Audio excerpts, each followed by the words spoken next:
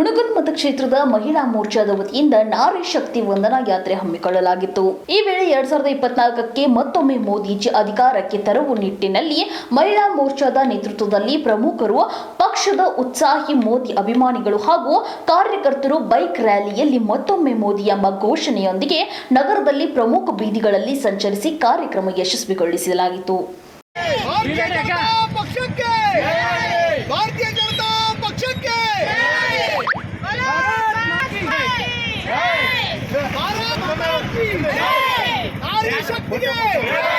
नारी शक्ति के भारतीय जनता पक्ष के शक्ति के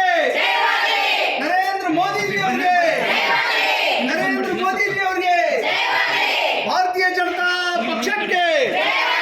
भारतीय जनता पक्षಕ್ಕೆ नारी शक्ति के नरेंद्र मोदी जी ಅವರಿಗೆ ಮತ್ತೊಮ್ಮೆ